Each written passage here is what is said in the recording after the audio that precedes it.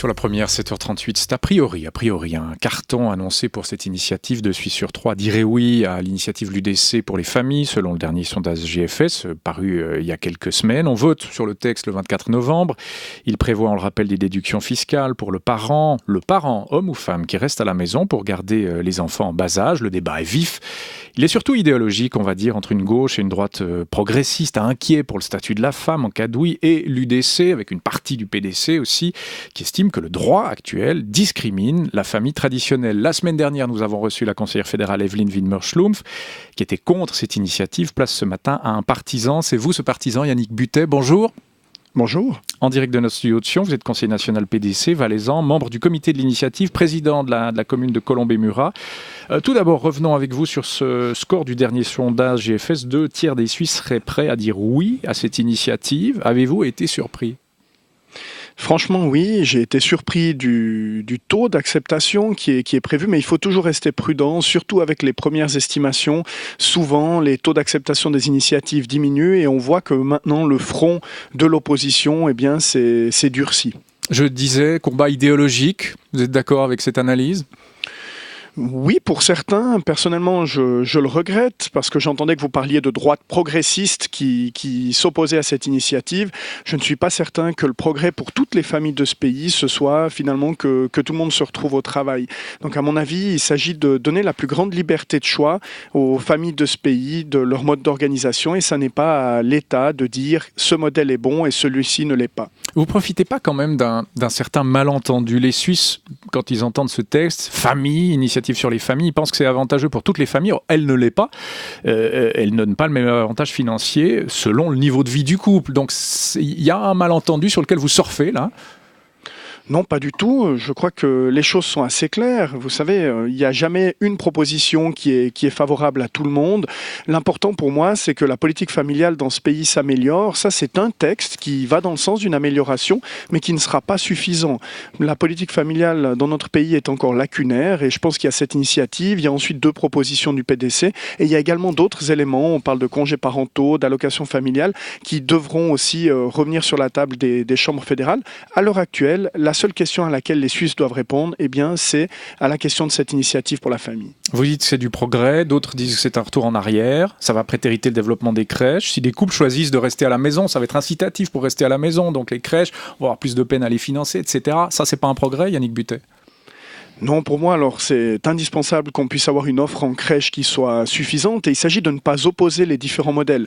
C'est ce que je regrette en particulier dans cette campagne. On veut jouer un modèle contre l'autre. On entendait justement une vision conservatrice de la société. Bien au contraire, moi je pense qu'être progressiste, c'est donner ce choix aux différentes familles et permettre l'épanouissement de chacun des membres de ces familles. Si je prends le cas du canton du Valais, qui est connu pour beaucoup de qualités, mais pas celle de sa force économique et qui peut se permettre d'avoir déjà mis ça en place, cette déduction pour les familles qui gardent elles-mêmes leurs enfants, d'avoir déjà défiscalisé les allocations familiales, de donner un montant par enfant et de subventionner les crèches parallèlement, je crois que c'est un modèle qu'on pourrait suivre aussi dans le reste de notre pays qui a d'autres moyens. Alors vous faites allusion au Valais, c'est vrai, avec le canton de Zoug, Lucerne et Nidwald. Le Valais offre déjà cette prestation. Ça a un coût, cette prestation, on imagine. Moins de rentrée fiscale cantonale, puisqu'on peut défalquer de ses impôts. Comment on équilibre les choses ? Comment on les compense en Valais, Yannick Butet ? Bon, d'abord, ça me fait un petit peu sourire d'entendre les opposants à cette initiative nous parler des coûts, parce que vous savez, à gauche, en général, on s'inquiète assez peu de savoir comment on finance les différentes propositions qu'on nous fait. Et je pense que du côté de la droite libérale, il n'y a pas une session à Berne durant laquelle on ne nous propose pas des dizaines de baisses fiscales dont on ne se préoccupe pas des conséquences. Enfin, je vous ai quand même posé une question assez précise. J'y reviens. Donc en Valais, vous savez, après, c'était une question de priorité. C'est de savoir où est-ce qu'on place la famille. Eh bien, si on place la famille au cœur de la société, qui est sa place, la cellule de base de la société dans laquelle on peut transmettre des valeurs, c'est au niveau de l'État où on a finalement fixé les priorités et il y a d'autres domaines dans lesquels finalement on a investi moins ou on investira peut-être plus tard. Mais il apparaît que vous compensez surtout en ponctionnant les familles qui travaillent et qui font garder leurs enfants à la crèche. Depuis l'entrée en vigueur de la déduction pour les familles en Valais qui restent à la maison, la déduction pour ceux qui travaillent a été diminuée. Donc on voit que vous dites on rééquilibre les choses et pas du tout. Si l'on prend un endroit, on enlève de l'autre. Non, c'est pas tout à fait juste. Vous prenez uniquement la déduction pour la garde des enfants, mais vous omettez de dire... C'est pas rien. C'est pas rien. Non, mais laissez-moi terminer aussi, pour que je puisse répondre à votre question. Je vous laisse terminer. Vous omettez de dire que parallèlement à ça, il y a des déductions qui ont été augmentées. Je parlais tout à l'heure de cette défiscalisation des allocations familiales qui a porté finalement les déductions possibles à un niveau qui est beaucoup plus important. Donc c'est pas dire qu'on a diminué les déductions totales qu'on fait pour les gens qui placent leurs enfants en dehors du cadre familial. Et comme président de commune, moi j'aimerais aussi dire finalement que si on regarde simplement l'aspect financier auquel vous faites allusion, eh bien c'est vrai que les gens qui placent leurs enfants à la crèche coûtent aussi à la collectivité. Vous savez, une personne qui garde son enfant elle-même, eh bien, renonce à une partie de son revenu, à un travail qui n'est pas vraiment reconnu. On parle toujours de gens qui ne travaillent pas, et ça, je le regrette. Souvent, pour les hommes ou les femmes au foyer, on dit « Ah, mais ils ne travaillent pas alors qu'ils fournissent une prestation importante. » Ils payent plus d'impôts et ils payent une partie de la crèche. Une place de crèche dans une commune comme la mienne coûte à la collectivité, d'une fois que les parents ont payé leur contribution, d'une fois que l'État a donné sa subvention, entre 11 et 12 000 francs par année. Eh bien ça, ce sont aussi des frais que la collectivité doit payer. Mais pourquoi ne pas jouer plutôt sur les allocations, Yannick Buttet? On augmente les allocations, alors là, pour le coup, ce serait équitable pour tout le monde. Bien, si je reprends l'exemple valaisan, vous savez que nous avons les allocations les plus hautes de Suisse et je pense que ces mesures peuvent aller de pair. Simplement, la question, je le répète, la question qui nous est posée le 24 novembre, c'est celle de cette initiative. Toutes celles et tous ceux qui nous disent « oui, mais ça n'est pas le bon bras de levier », eh bien ces personnes-là, jusqu'à maintenant, ne nous ont pas fait d'autres propositions. Alors, cette votation du 24 novembre lancée par l'UDC, on rappelle que vous êtes PDC, Yannick Buttet, promeut, alors c'est pas moi qui le dis, Georges Pop, c'est une invitée d'un journal roman que vous avez lu ce matin. La GFI.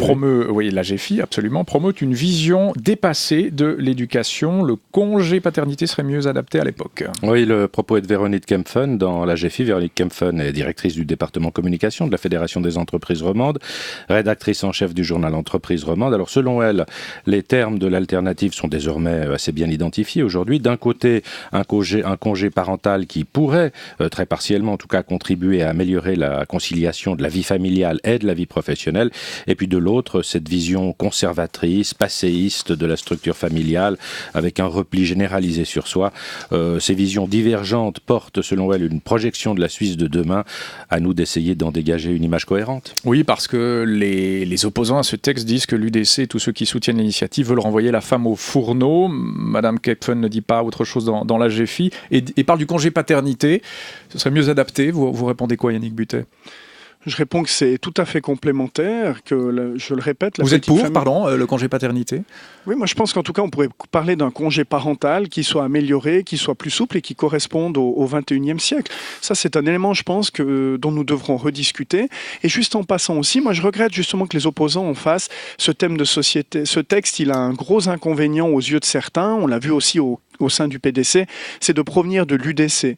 Et vous l'avez aussi relevé de votre côté. Moi, j'aimerais quand même dire que les 3 cantons dans lesquels ce modèle existe déjà, le Valais, Lucerne et Zug, eh bien, dans ces cantons, c'est le PDC qui a été le moteur. Et en Valais même, ce projet a été accepté avec 119 voix sur 130 au Grand Conseil. Donc, c'est autant dire que tous les partis, finalement, avaient trouvé que ce modèle était bon. Donc ça, moi, je trouve un petit peu dommage de faire ce procès d'intention. Je ne suis pas pour envoyer les femmes à la maison. Je pense que nous devons avoir parallèlement une prise en charge de qualité extra-familiale, mais nous devons aussi reconnaître le travail d'éducation que les parents décident de faire eux-mêmes. On revient un instant sur le PDC, juste sur le modèle du congé paternité. Vous disiez, oui, je suis assez favorable. Le modèle scandinave, aller jusqu'à ce que fait la Suède, par exemple, vous seriez favorable, vous qui êtes PDC, valaisan et donc favorable à cette initiative. Vous dites le modèle scandinave, oui, ça pourrait être un modèle intéressant pour la Suisse? Bon, vous savez, le modèle scandinave, en fait, il est construit différemment dans toutes les assurances sociales, dans toute la prise en charge sociale. Donc peut-être que ce serait aller un petit peu loin pour notre pays, mais je pense que c'est un modèle qu'on doit prendre en compte aussi dans l'analyse. Et là, il s'agit d'avoir des actes et pas seulement des paroles. Jusqu'à maintenant, je vous disais, les opposants nous disent le congé paternité, c'est mieux, mais nous n'avons pas de proposition concrète sur la table actuellement. Alors vous parliez du PDC qui lance aussi ce texte dans d'autres cantons. Il n'y a pas que l'UDC. Cela dit, votre parti, c'est le moins qu'on puisse dire, est divisé sur la question. Certes, votre président Christophe Darbelet est pour, comme vous, mais la majorité des délégués est contre. On l'a vu le week-end dernier.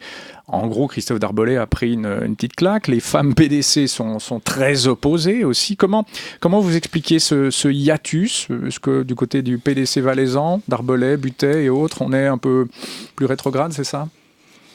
Non, bien au contraire, parce que ce texte, je le répète, n'est pas du tout rétrograde. Au contraire, il permet aux familles de choisir davantage par ses propres moyens quel est le mode d'organisation qui leur correspond. Moi, je pense surtout que là, il y a eu un coup, il faut être honnête, il y a eu un coup des femmes PDC suisses qui l'ont très très bien réussi. Je pense qu'il y avait une volonté aussi d'être un peu plus visible et de s'opposer probablement à la direction du parti. Moi, j'aimerais quand même rappeler que la très grande majorité du groupe parlementaire PDC, que la présidence, que le comité, donc qui regroupe les présidents et les secrétaires généraux de tous les cantons ont largement soutenu ce texte. Et je le répète, dans les 3 cantons qui actuellement appliquent cette proposition, c'est à chaque fois le PDC qui en a été le moteur. Donc je regrette le fait que dès qu'une proposition vient de l'UDC, elle n'est plus bonne. Je pense que le PDC a déjà payé ce genre de calcul et de vision. Il n'y a pas que sur cette initiative que le PDC est divisé, Yannick Buttet. On va juste réécouter votre collègue de parti, Jacques Nérinck, PDC vaudois. Il était hier soir dans Forum. On lui a demandé, alors là on ne parlait pas de la famille, on parlait de l'initiative 1-12, on lui a demandé s'il était pour éventuellement écouter. Je conçois que beaucoup de gens seront pour 1-12 parce qu'effectivement on a exagéré du côté des dirigeants dans l'entreprise. Il y en a qui ont commis des fautes pénales, des fautes au civil et qui n'ont pas été poursuivis devant les tribunaux. On vous sent tenté d'être pour 1-12, Jacques Nérinck. Vous pourriez voter oui pour le signal, comme ça se fait parfois dans les votations? C'est possible. Je crois que vous vous êtes fâché avec votre parti là à l'instant, Jacques Nérinck. Oui, tout à fait. Yannick Buttet, qu'est-ce qui se passe au PDC? Ça part un peu dans tous les sens, non? Non, vous savez, je crois que c'est le propre d'un parti du centre droit, surtout d'un parti qui a de grandes attaches cantonales, que de laisser une liberté aussi à chacun de ses membres. Eh bien, il y a des partis qui sont beaucoup plus autoritaires, dans lesquels vous avez moins de liberté. Il y a toujours les aspects positifs et négatifs. Ça n'est pas le cas au PDC. Pour rejoindre Jacques Nérinck, on sait qu'il a aussi un esprit libre. Trop libre. Je sais. Non, pas du tout. Moi, alors, j'apprécie ça. Sinon, j'aurais probablement changé de parti, parce que je profite aussi beaucoup de cette liberté-là. Pas tenté d'aller à l'UDC qui serait parfois plus proche de vos idées, Yannick Buttet? Non, je ne partage pas du tout votre constat. Moi, je crois que le PDC reste ce parti du centre droit qui prend en compte typiquement dans l'initiative sur la famille les intérêts de toutes les familles, et je ne partage pas toujours la vision de l'UDC, je ne partage pas toujours la vision de la gauche. C'est aussi la force d'un parti du centre qui reste pragmatique.